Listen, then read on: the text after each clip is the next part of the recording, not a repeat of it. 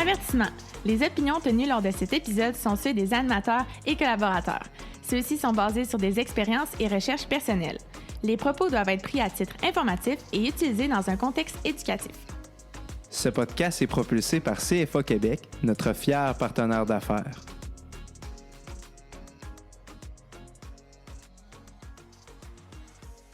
Bonjour à tous et bienvenue dans un autre épisode de l'Alpha de la finance. Le sujet d'aujourd'hui sera la planification financière étudiante et je suis en présence de Marianne Spear. On étudie ensemble au cégep et également étudiante en finance. Elle s'implique énormément dans le domaine de la planification financière. Donc, merci d'être avec nous. Ben, ça fait plaisir. Merci de l'invitation. Merci. Puis juste avant qu'on te présente, je voudrais prendre le temps de remercier notre partenaire d'aujourd'hui qui est la distillerie Ubald. En fait, ça vient des patates de Lebec. Ils réutilisent les anciennes patates, ben pas les anciennes patates, mais les patates qui sont moins belles à vendre pour le marché pour distiller une vodka qui est très douce. Donc, elle est disponible à la SAQ, c'est la route 363 de la distillerie Ubald. Alors, merci beaucoup d'être notre partenaire pour l'épisode d'aujourd'hui. Alors, Marianne, depuis le cégep, tu t'impliques. Je pense que tu as commencé avec une conférence, ton nom à crédit, et maintenant, tu animes Parler d'argent, c'est pas stressant. J'aimerais peut-être que tu nous parles un peu de comment ça a cheminé, quel a été ton parcours et comment tu t'es rendu où tu es aujourd'hui. Oui, bien, comme tu le sais, j'ai participé au club entrepreneuriat Sainte-Foy du cégep de Sainte-Foy. Puis à chaque année, il fallait comme qu'on monte un événement vu qu'on faisait partie de l'ACE, l'Association des clubs entrepreneurs étudiants. Il y avait personne qui avait comme de sujet à proposer pour l'année où je suis entrée dans le club. Fait que j'ai dit, ben on pourrait faire une présentation, une conférence pour informer les jeunes, les étudiants collégiaux de la base des finances personnelles parce que je venais de commencer mon DEC en services financiers. Puis j'étais comme, ben voyons, l'information est pas compliquée à comprendre. Je comprends pas pourquoi quand j'étais allée à la caisse ou à la banque, il n'y a jamais personne qui a pris le temps de m'expliquer ce qui se passait. Fait que je me suis dit, on part ça. Le club m'a vraiment soutenu, la CE aussi. Fait que ça, c'était en mars 2018, si je me trompe pas. Peut-être même 2017. Un des deux.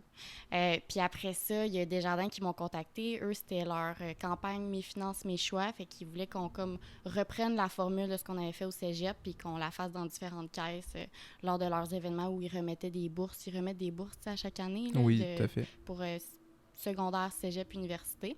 Fait que ton nom à crédit est comme revenu pendant la campagne Mes finances, mes choix de Desjardins. Puis ma mère, qui est dans les communications, elle m'a dit Emma TV, qui est la chaîne communautaire de Vidéotron, ben juste la chaîne de Vidéotron, la chaîne citoyenne, mais ça a un but plus communautaire.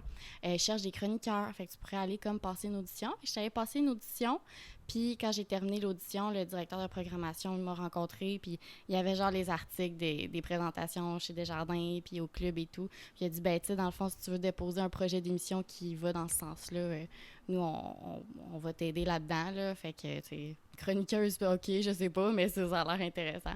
Fait que je me suis dit, OK. J'y aurais vraiment pas pensé, là, pour être franche, vraiment pas.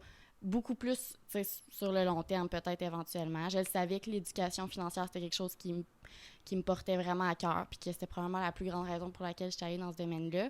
Mais j'aurais pas cru, tu sais, j'étais à ma première année de cégep, là, avoir une émission sur les finances personnelles. Je trouvais pas que j'avais encore assez toutes les connaissances là, pour faire ça, mais je me suis entourée de plein de monde, puis je suis toujours allée chercher des spécialistes pour parler des sujets. Fait que de fil en aiguille, le show a évolué. Là, on est à la 3e année, puis tu sais, cette saison-ci, j'ai plus d'experts à côté de moi. Là, fait que...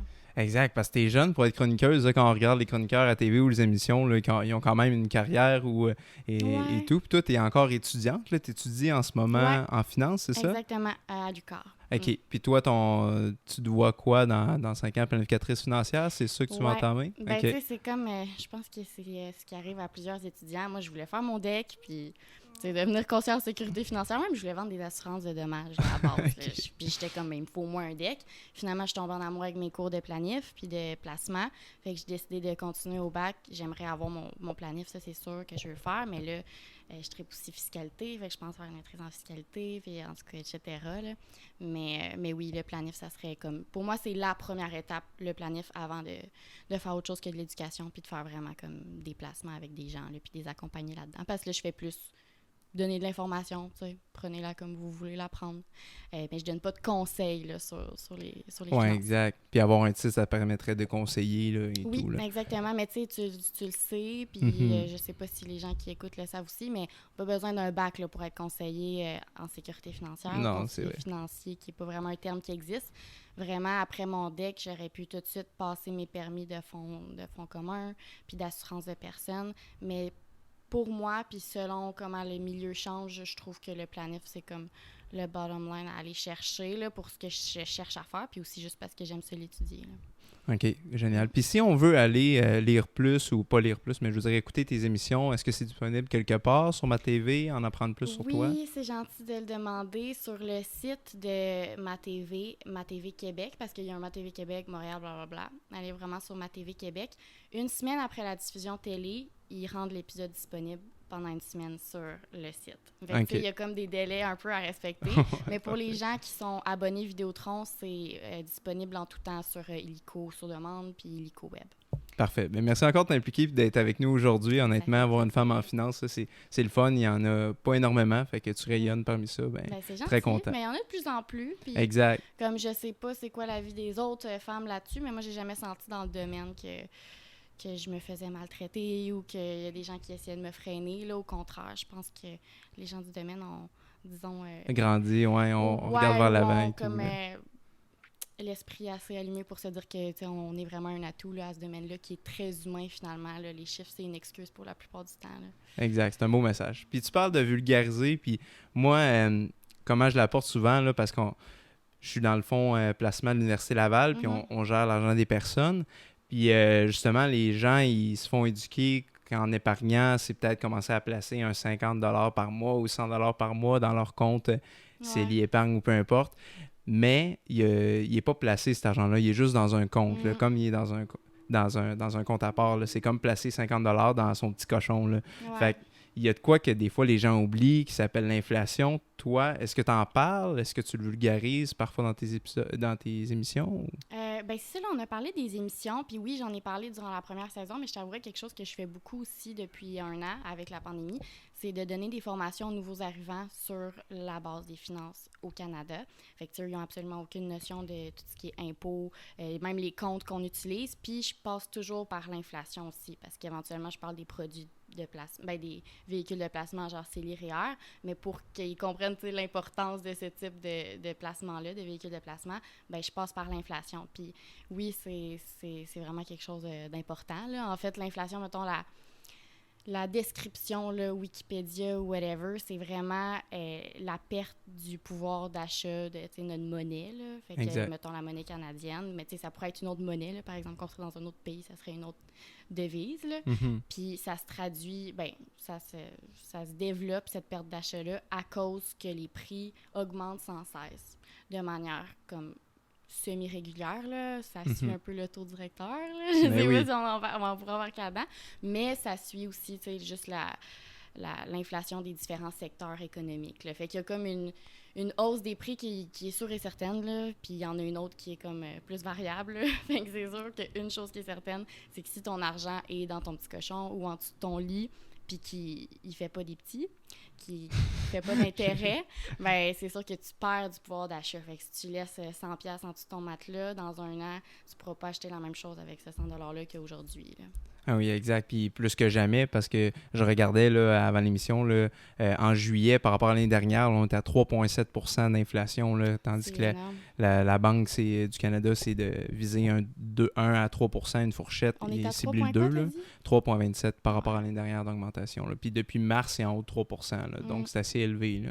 Puis même là, présentement, ce qui se passe, on en a parlé justement à l'émission la semaine dernière, c'est la crise des containers. Là. En fait, il y a comme pas assez de containers pour faire les voyagements entre les pays des différents produits, mettons la bouffe, là, surtout. Oui, exact. Fait qu'ils payent les containers beaucoup plus cher pour pouvoir les avoir parce que là, les commerçants ont besoin de ces containers-là pour faire le transfert de leurs marchandises. Un container, en ce moment, là, ça se paye comme 2000 $ de plus environ que ce que ça vaut habituellement. Fait que veux pas, ça va venir avoir un impact où, tu sais, sur ça a les une prix. pression inflationniste. Exactement. Là, fait que sur les secteurs, justement, qui utilisent beaucoup l'import-export entre les pays, ben là, on va voir une inflation plus variable. Oui, puis c'est une des nombreuses raisons pourquoi la nourriture est plus chère. Puis ça me fait penser à quelques années, justement, c'est la pénurie des conducteurs de truck. Il y en a qu'il faut qu'ils la livrent, cette nourriture-là. Là. Donc, tu sais, encore plus les containers, tu sais, la pénurie de main-d'œuvre aussi, ça a une pression inflationniste. Oui, fait que c'est sûr que c'est important là, de prendre ça en considération comme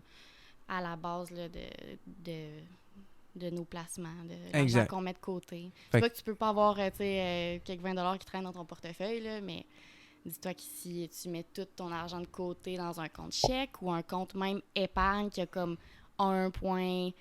Tu sais, ça dépend du taux directeur, encore une fois, mais en ce moment, le taux directeur est comme à son plus bas. Fait que tous les taux, les taux d'intérêt pour quand tu empruntes sont très bas, mais les taux pour quand tu fais des dépôts à la banque sont très bas aussi. Fait que les comptes d'épargne à intérêt élevé, en ce moment, je pense que c'est peut-être 0,25 l'intérêt qu'ils donnent. Quand tu as une inflation de 3 %, ben, en gros, tu perds 2 points quelques pourcents, là, tu perds de l'argent tout le temps. Mais c'est sûr que ça peut être utilisé comme fonds d'urgence, si tu as besoin de ton argent rapidement, mais pas comme investissement puis pas comme épargne à moyen long terme. Puis un autre concept financier qui est fou, là, que j'ai vu dans mon premier cours de finance, tu as sûrement vu, là, l'intérêt composé, là, de faire de l'intérêt sur l'intérêt. Là. Ça aussi, c'est peut-être un concept que tu amènes puis qui est important de prendre en compte. Là, c'est que je fais juste placer 100 $, je suis rendu à 1100 l'année prochaine, ben, je vais faire de l'intérêt sur 1100 et non sur 1000. Là. Fait que je sais pas si ça arrive d'en parler des fois, toi, ce concept-là. Oui, on n'a jamais parlé à l'émission, mais peut-être que ça devrait être à faire. Mais encore une fois, dans les présentations, j'en parle. Puis je leur sors tout le temps, parce que c'est comme en ligne, classique. Puis je leur sors toujours une calculatrice financière que j'aime beaucoup sur Internet, là, qui montre vraiment d'année en année comment est-ce que quelle partie de ton placement augmente à cause des cotisations que tu as faites, puis quelle partie de ton placement augmente à cause de l'intérêt. Puis tu peux vraiment voir sur cette calculatrice-là qui est sur Internet qu'éventuellement, ben, ton intérêt l'intérêt que tu fais devient plus important que les cotisations que tu fais, même s'ils restent toujours les mêmes. J'ai sorti un exemple. Ça doit être fou comme concept, ça, de voir la croissance du placement, là. Oui. Justement, avec ton outil. Là. Est-ce qu'il y a un nom que tu Je marque toujours calculatrice financière. OK, c'est le premier qui va nous sur sortir. Internet. Non, c'est pas le premier, c'est genre le 3e. Okay. Parce que les premiers qui sortent, tu vois pas qu'est-ce qui s'est passé. Puis, tu sais, ils te demandent pas, par exemple, taux d'intérêt. Ils vont te demander, genre... ou ils te demandent pas nombre d'années. Ils vont te demander, genre, période de temps. En tout cas, c'est comme moins... Je comprends. On trouvera le lien, puis on le mettra là, pour les auditeurs là, dans la publication. Parce que j'ai essayé plusieurs calculatrices sur Internet, puis c'était ma préférée pour le montrer aux nouveaux arrivants. Puis, par exemple, l'intérêt composé, puis après, je vais faire le parallèle avec l'intérêt. Je sais même pas c'est quoi l'autre type d'intérêt simple. Oui. Oui, c'est ça. Je pense que la dernière fois que j'ai entendu parler d'intérêt simple, c'était en 5e ou 4e secondaire, puis on avait comme une petite partie de notre cours de maths qui nous présentait les deux.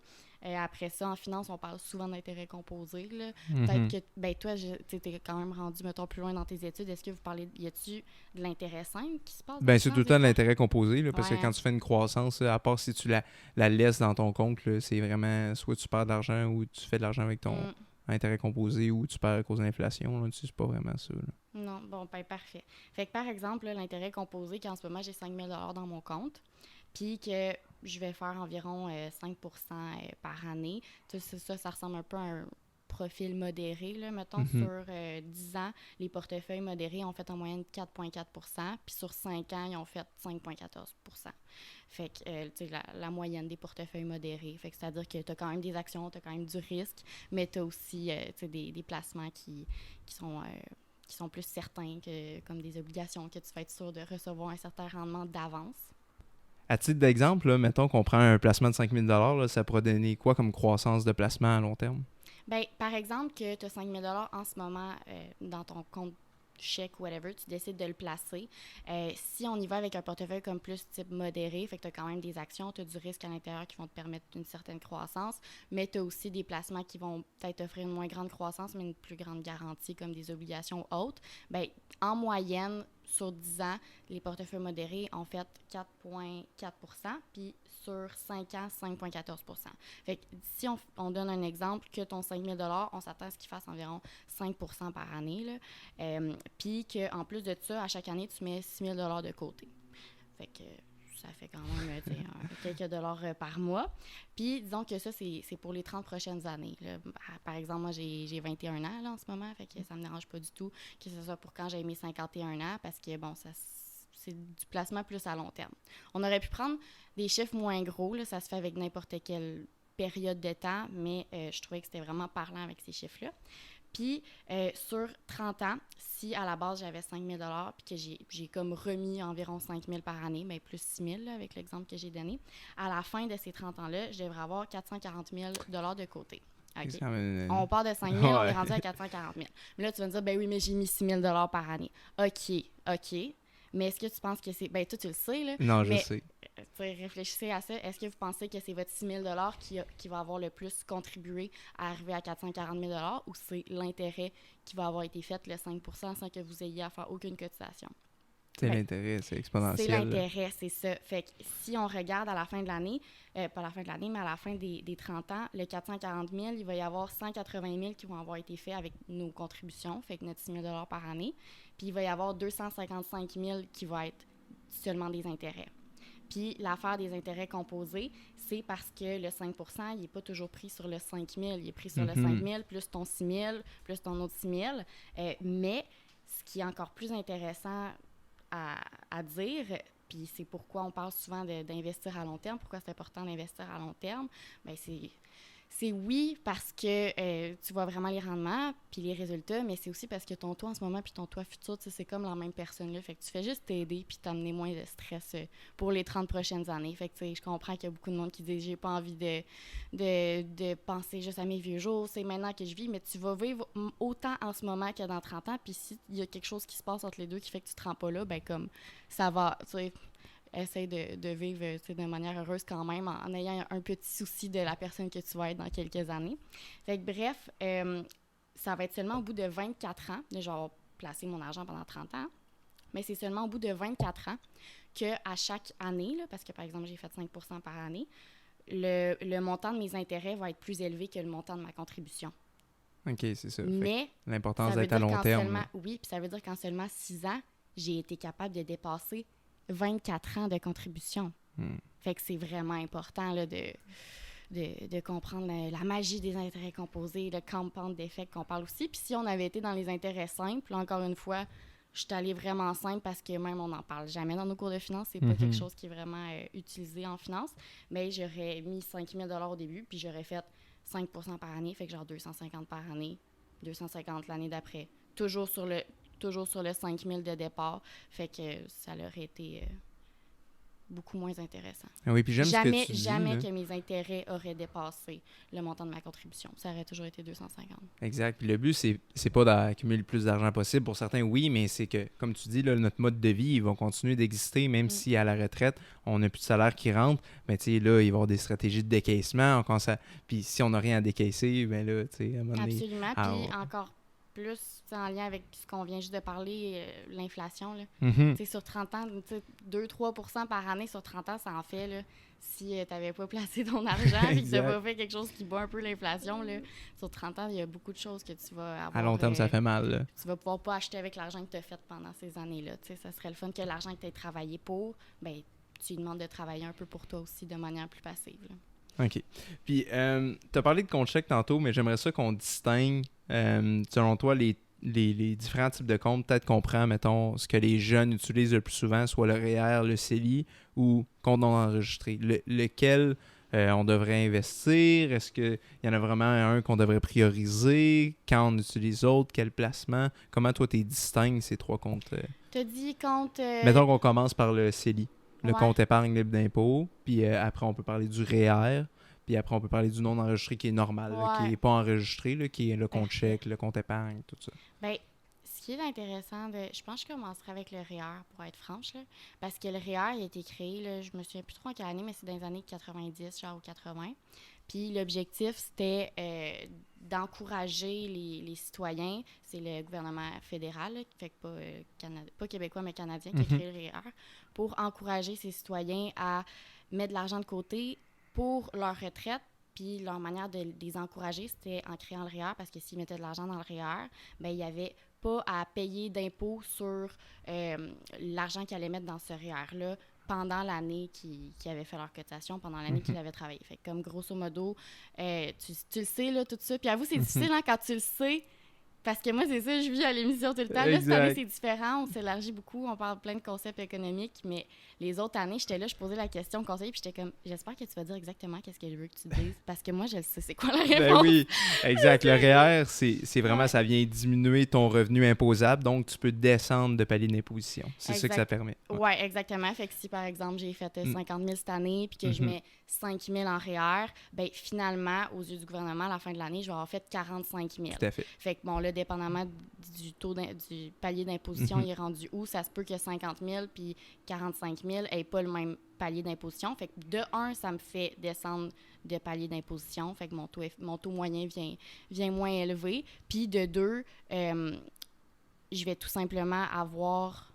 Non, de deux, c'est que si, par exemple, tu étais salarié puis que tu recevais cet argent-là, tu recevais ta paye aux 2 semaines, souvent, le bureau comptable va comme déjà avoir analysé un peu combien d'impôts que tu es supposé payer à la fin de l'année selon ton salaire. Fait qu'ils t'ont toujours enlevé un peu l'impôt qu'ils pensaient que tu allais avoir payé. Puis là, c'est seulement à la fin de l'année que tu dis comme « Hey, ben tu peux le faire au fur et à mesure aussi, mais beaucoup de monde le font comme à la dernière minute. » là.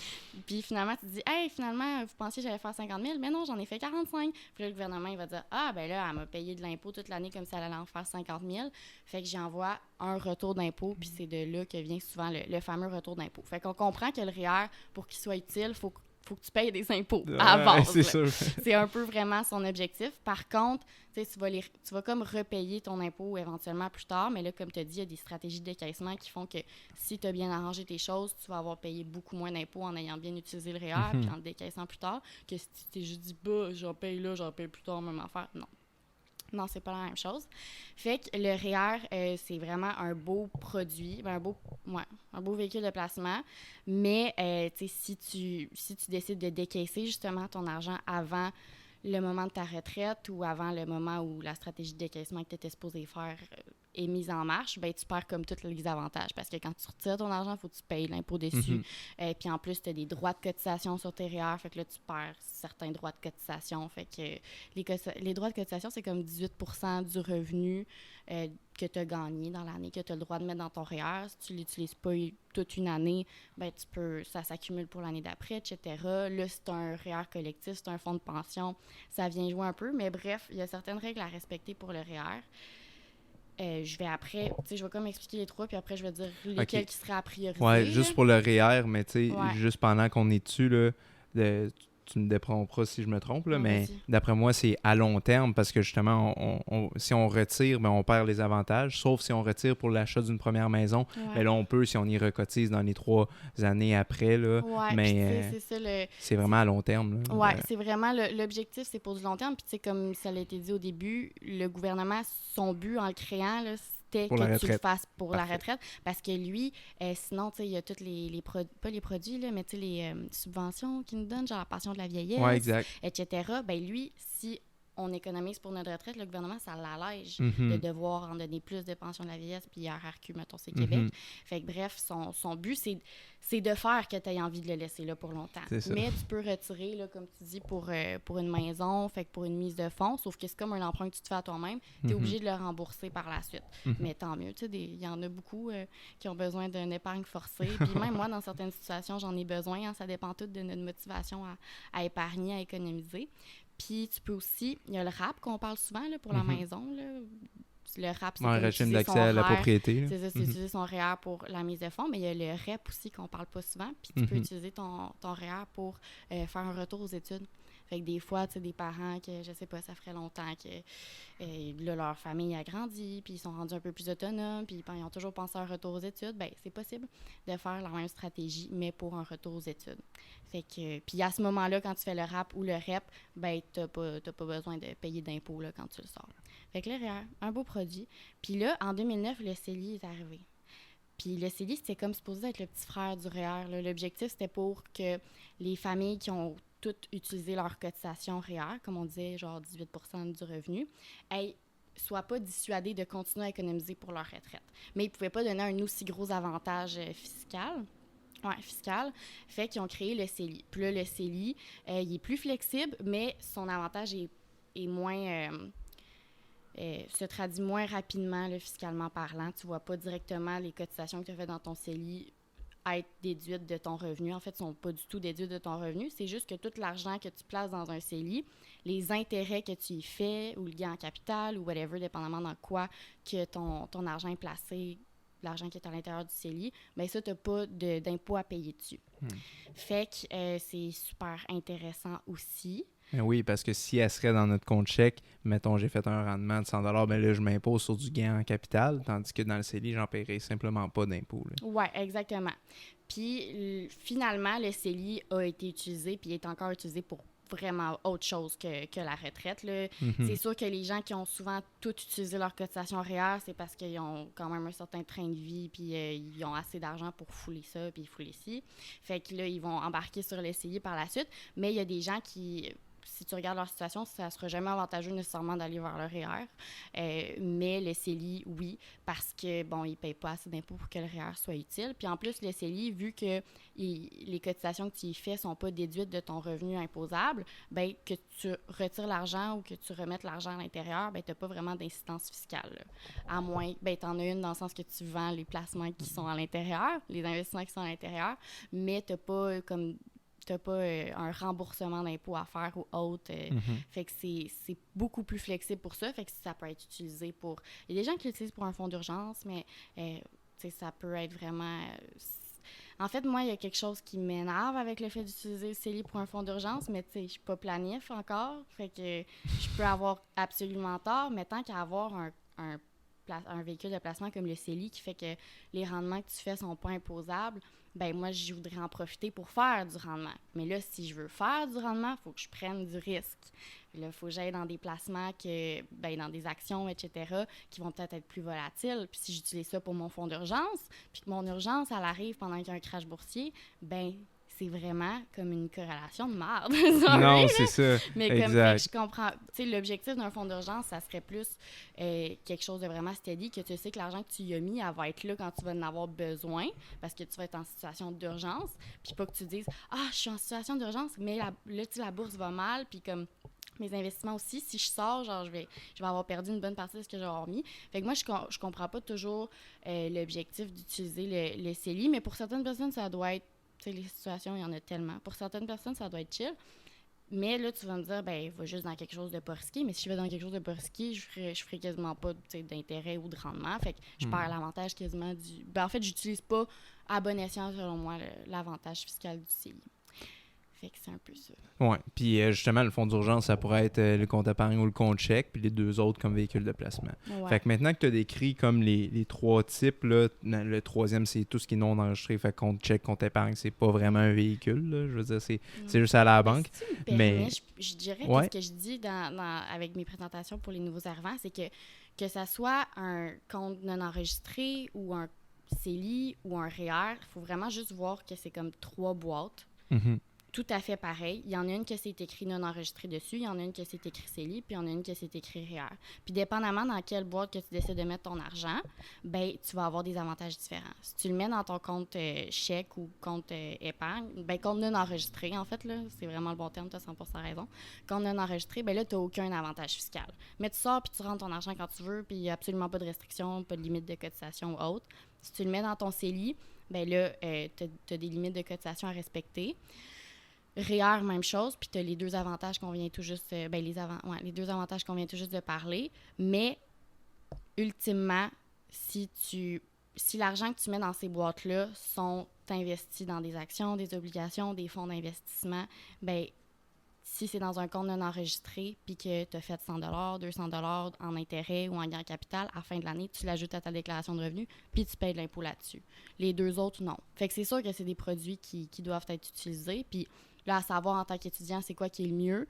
Ça dépend beaucoup de ton revenu. Tu sais, c'est pas vrai qu'il y a des étudiants qui font pas beaucoup d'argent. Là. Il y en a qui font plein de cash. Puis que si tu regardes leur situation, tu vas être comme, OK, on va aller avec le REER. Puis on va même aussi cotiser un peu au CELI. Mais la plupart du temps, c'est le CELI qui sort le plus. Là. Fait que c'est pas un conseil là, que je donne, c'est juste ce qui se passe. Exact. C'est le CELI qui sort le plus. Puis aussi pour la pure raison que si jamais tu mets ton argent dans ton CELI, puis en ce moment, c'est comme 6 500, je pense, par année, la cotisation maximale. Je pense que c'est entre 6 000 et 6 500. Ça tourne autour de ça. Fait que, tu sais, par exemple, là, que moi, j'ai accumulé 10 000 parce que j'ai jamais utilisé le CELI de ma vie en cotisation. Bien, si je mets ce 10 000 cette année dans mon CELI, puis que l'année prochaine, je le retire, bien, dans un an, je vais regagner 10 000 de cotisation CELI, en plus des autres qui s'ajoutent les années d'après. Fait que, tu sais, tes droits de cotisation CELI sont jamais comme totalement perdus. Il faut juste que tu attendes pendant un an. Puis, quelque chose encore plus intéressant, mais je sais pas à quel point c'est intéressant, mais moi, je travaillais dans un cabinet pas loin d'ici, en fait. J'étais assistante, c'est ma première job dans un cabinet. Puis, je devais répondre aux chats en ligne. Genre les questions des gens. Internet. Okay. Ouais, puis sérieux, les questions qu'on peut recevoir, c'est tellement drôle. Mais bref, il y en a un, il me dit, si mes cotisations, mettons, il devait avoir 40 quelques ans. Bref, il y avait 18 ans en 2009. Fait qu'à partir de 2009, quand le CELI a été créé, il a pu commencer à cotiser. Puis, si tu regardes depuis 2009, le nombre de cotisations, le montant maximal de cotisations qui a été cumulé, par exemple, pour quelqu'un qui les a jamais utilisés, ça fait quelques années de ça, mais c'était genre 63 000, OK? Fait que quelqu'un, en théorie, pouvait avoir genre 63 000 dans son CELI s'il avait 18 ans en 2009 puis qu'il n'avait jamais utilisé ses cotisations CELI. Mais là, le gars, mettons, il en avait toujours fait, puis à cause des intérêts composés et autres, il était rendu à genre 110 000 dans son CELI. Fait qu'il me demande en message, j'ai 110 000 dans mon CELI, si je le retire cette année, est-ce que je peux remettre 110 000 l'année prochaine ou je suis bloquée au nombre de cotisations maximales depuis 2009 qui est de 63 000, t'sais. Puis là, je suis là, non, mais je sais pas. Fait que je demande à mon boss, puis il est comme, ben non, c'est 63 000 le max. On a même fait un article là-dessus, genre sur le site, puis tout. Fait que là, je m'en vais voir ça, je suis comme, ah ben oui, c'est vrai. Mais là, ça me trottait en tête, puis j'avais un cours au cégep que je faisais, je pense que c'était mon cours genre de planif, mon premier cours de planif. Puis je le demande à ma prof qui a été planif longtemps, puis elle est comme, ben je pense qu'il aurait le droit de mettre son 110 000, mais je suis pas sûre. Fait que j'appelle à l'AMF, j'appelle à l'Autorité des marchés financiers, puis finalement, ils me disent, non, c'est toutes les cotisations que tu retires une année, tu peux remettre le même montant l'année d'après. C'est fou pareil dans ce compte-là. Fait remettre son 110 000, ouais, à l'intérieur. Oui, fait qu'on s'entend que cette personne-là, elle a très bien compris l'avantage des intérêts composés puis du fait que ça soit non imposable dans un CELI. Ça augmente ta limite, là, le fait de placer plus tôt, puis tu vas pouvoir remettre la même somme, c'est ça qui est fou. C'est une drôle d'histoire, là, honnêtement. Là. Ouais, mais c'est vrai. Cool. fait que c'est ça, c'est les 3 produits qui existent. Une chose qui est sûre, c'est que un melting pot des 3, je pense que c'est probablement ce qui est le plus intéressant dans la plupart des situations, là, c'est de voir à quel niveau mettre des cotisations où. Mais cette petite histoire-là pour dire que le CELI, c'est jamais comme perdu, vraiment. Ouais, parce que, je comprends. OK. Fait que je me mets dans la situation d'un étudiant, mettons, à l'Université Laval, j'ai une vingtaine d'années. Puis là, je connais pas vraiment la bourse. Je connais pas vraiment ça. Comment je fais? Qui je vais voir pour l'investir? Est-ce qu'il faut que je commence par déterminer si je suis prêt à modérer, dynamique, j'achète-tu des fonds, des actions? Comment je fais pour m'informer ou comment on démêle tout ça là, pour un étudiant qui veut placer justement de l'argent? Il y a plusieurs options. Là. C'est ce qui se passe. C'est ça. Hein? C'est vrai. Ça, c'est quoi ton option préférée, Raph? Ben, moi, honnêtement, c'est sûr que quelqu'un qui connaît pas la bourse, moi, je commencerais peut-être à, oui, aller voir un planificateur financier, mais si t'es jeune, peut-être juste commencer à lire sur les fonds négociés en bourse qui ont plusieurs titres à l'intérieur d'eux-mêmes, là, parce que commencer à acheter des actions, si tu lis pas vraiment ça, t'es peut-être pas le profil dynamique, risqué, là, honnêtement. Que tu penses être. C'est ça. C'est sûr, la solution va toujours être d'avoir un planificateur financier, selon moi, là. Ouais. Mais je veux dire, peut-être pour un étudiant, t'es en train d'apprendre, t'es quand même en affaires, peut-être que tu peux aller lire juste un peu sur les fonds négociés en bourse, là, mais peut-être toi, tu le sais plus que moi, justement, pour les jeunes. Je pense que c'est un très bon conseil. OK. Pour chaque... C'est de l'éducation financière, là, dans le Mhm. fond, que ce monde-là a besoin de faire. Puis oui, on a un système d'éducation qui est, disons, uniforme, mais dans la vie, on n'apprend pas tout pareil. Fait que ça va être différent vraiment pour tout le monde. Je dirais que oui, de lire. C'est juste qu'il y a tellement d'informations en ce moment. Fait que des fois, ça peut être difficile de trouver la bonne info. Mais je pense que c'est pas grave de comme juste faire des recherches quand même sur ce qui nous intéresse. Là, tu sais, l'écrire, là, la bourse pour les nuls, c'est quoi une action, tu sais. Fais-le, mais lance-toi pas tout de suite nécessairement dans l'achat de ça si tu sais pas encore c'est quoi. 5 minutes après avoir googlé c'est quoi une action, c'est peut-être pas le moment là, d'y investir tout de suite. Mais, tu sais, après quelques semaines, quelques mois, puis tu sais, aussi d'en parler à son entourage, là. Souvent, c'est étonnant, mais il y a beaucoup de gens, des fois, qu'on pense pas dans notre entourage, qui ont comme une petite passion pour ça. Fait que d'en parler avec son entourage, ça va juste te permettre de te faire ta propre idée. Puis le jour que tu vas être capable d'en parler sans lire textuellement quelque chose que tu as lu dans un site ou répéter quelque chose qu'on t'a déjà dit, que tu vas être capable de te faire ta propre idée sur la stratégie d'investissement que tu veux, puis les types de placements que tu as envie de faire, bien là, je pense que c'est un signe que c'est un bon moment de pouvoir acheter des actions ou investir par toi-même, mais ça ne veut pas nécessairement dire de tout faire par toi-même. Là. Je pense que, comme tu dis, d'aller voir un planificateur financier, ça reste toujours la solution. Peut-être pas... en fait, oui, ça l'est toujours, là, mais c'est juste que les gens, des fois, ça leur en prend un peu plus avant de le comprendre, parce que c'est sûr que... Puis je dénigre absolument pas ça parce que, je veux dire, c'est juste la vie, le cours de la vie. Mais c'est sûr que si tu as 2-3 000 $ à investir, tu iras peut-être pas voir le conseiller financier, puis ça va peut-être te faire moins mal au cœur s'il y a quelque chose qui se passe. Mais le jour que tu vas avoir des immeubles à revenus, que tu vas avoir 100 000 en placement et plus, une famille, tu sais, une vie très remplie qui va être remplie d'autres choses que de juste d'investissement. Mais c'est sûr que tu vas probablement vouloir quelqu'un qui est spécialisé là-dedans, puis que sa job, ben lui, c'est de regarder tes placements, puis que fiscalement parlant, tu sois bien, puis que stratégie de décaissement, etc., etc. Fait que tu peux... Je pense que c'est important, même avant d'aller voir un conseiller financier, de lire, comme tu dis, un conseiller, un planif, parce que le domaine change, là, puis je pense que ça va être de moins en moins ça, mais justement, vu qu'il n'y avait pas beaucoup d'éducation financière, les gens, ils allaient voir un conseiller ou un planif, puis ils comprenaient même pas qu'est-ce qu'il disait, puis ils étaient juste comme, c'est beau, je te fais confiance, t'as un veston, une cravate, puis tes graphiques, ils ont l'air bien cute, là, fait que je te laisse faire. Mais je pense que ça change de plus en plus, et tant mieux, parce que, tu sais, le milieu de la finance, c'est comme... Il y en a pour qui c'est bien vu, il y en a pour qui c'est moins bien vu. Ça dépend de l'expérience qu'ils ont eue, hein, mais c'est pas vrai qu'il y a juste eu des bonnes expériences. Là, je pense que notre génération, j'ose espérer qu'on est vraiment là pour les bonnes raisons, mais ça a été facile dans le passé de ne pas être là pour les bonnes raisons, les manières de se rémunérer et tout. Puis le client, quand tu regardes, des fois, tu sais, là, j'ai travaillé dans plusieurs cabinets, je travaille pas dans un cabinet en ce moment, mais j'en ai fait quelques-uns, puis on en a vu là, des situations de personnes âgées que ça n'a juste pas de sens comment leur placement a été fait dans les dernières années. Puis ça, c'est dû au fait que, ils n'ont jamais posé de questions. T'sais, ils se sont dit « Ah, c'est une bannière en laquelle j'ai confiance, fait que j'en poserai pas de questions. » Ils n'ont jamais posé de questions parce qu'ils ne savaient même pas quelles questions poser. Ils n'avaient pas fait de petites recherches avant. Fait que je pense que c'est important vraiment dans tous les cas que tu veuilles aller voir quelqu'un ou que tu veuilles le faire par toi-même, de commencer à faire tes recherches. Puis là... Ouais.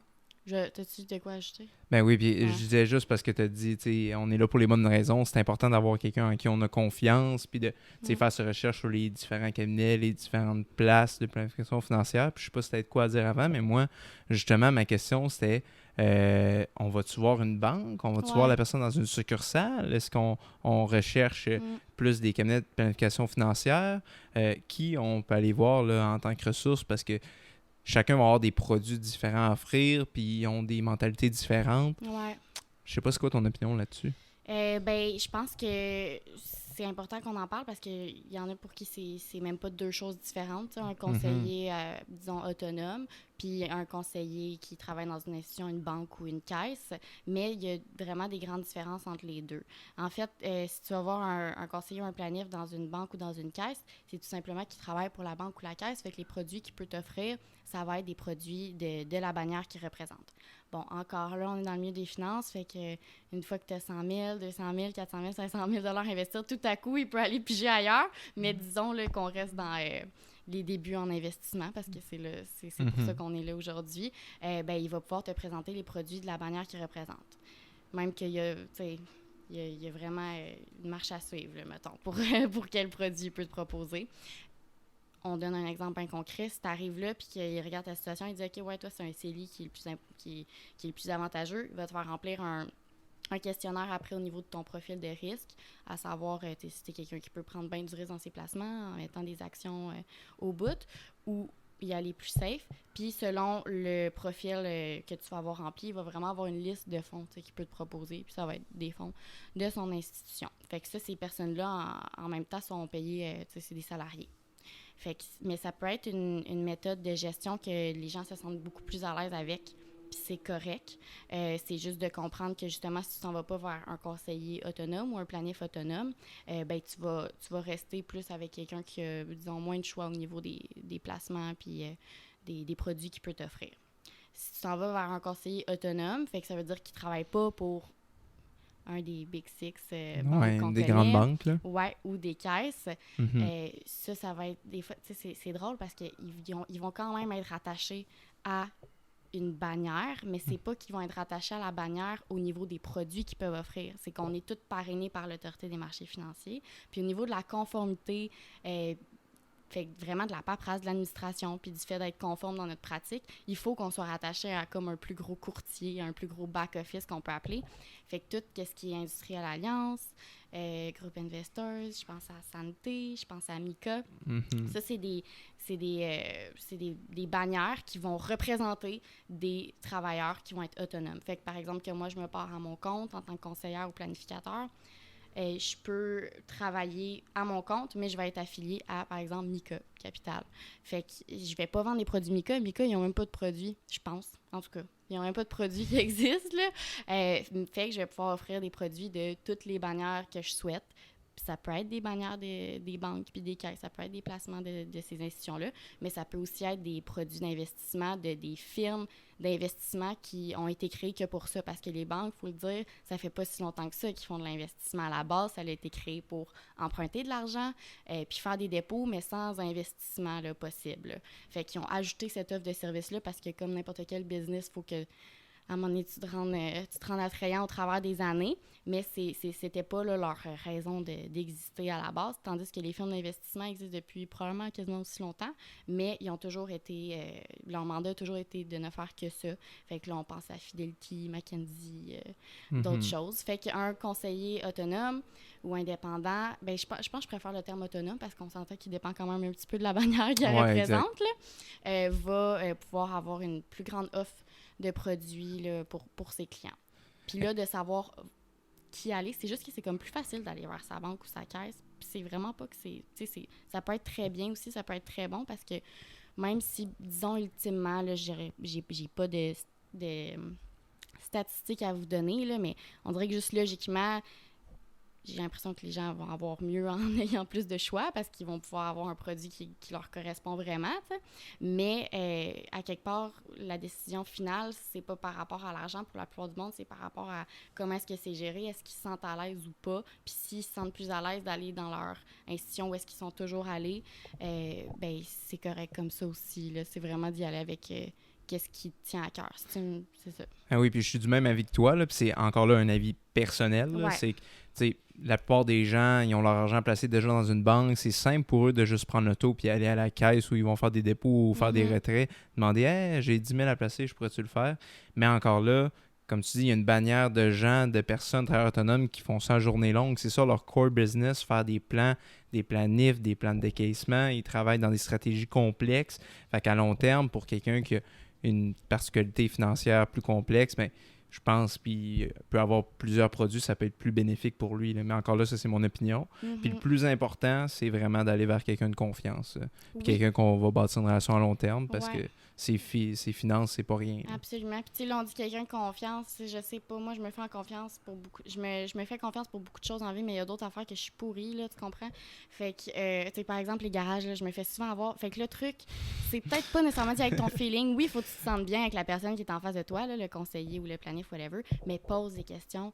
Puis si ce qu'il te répond, ça fait du sens à tes oreilles, tu le comprends bien, il prend le temps de répondre à tes questions aussi, bien, c'est déjà un très bon indicatif. Là. Si il essaye de waver ça un peu, il est comme « Ah, ben tu sais, c'est complexe. Moi, je trouverais ça spécial. » Ben tu sais, je suis pas planif, je suis pas conseillère, fait que j'ai pas nécessairement mon mot à dire là-dessus, mais une chose qui est certaine, c'est que quand je vais être planif ou conseillère, je me décevrais de pas prendre le temps de répondre aux questions de mes clients. Fait que d'en poser, de vraiment pas avoir peur d'en poser, il n'y a pas de questions niaiseuses.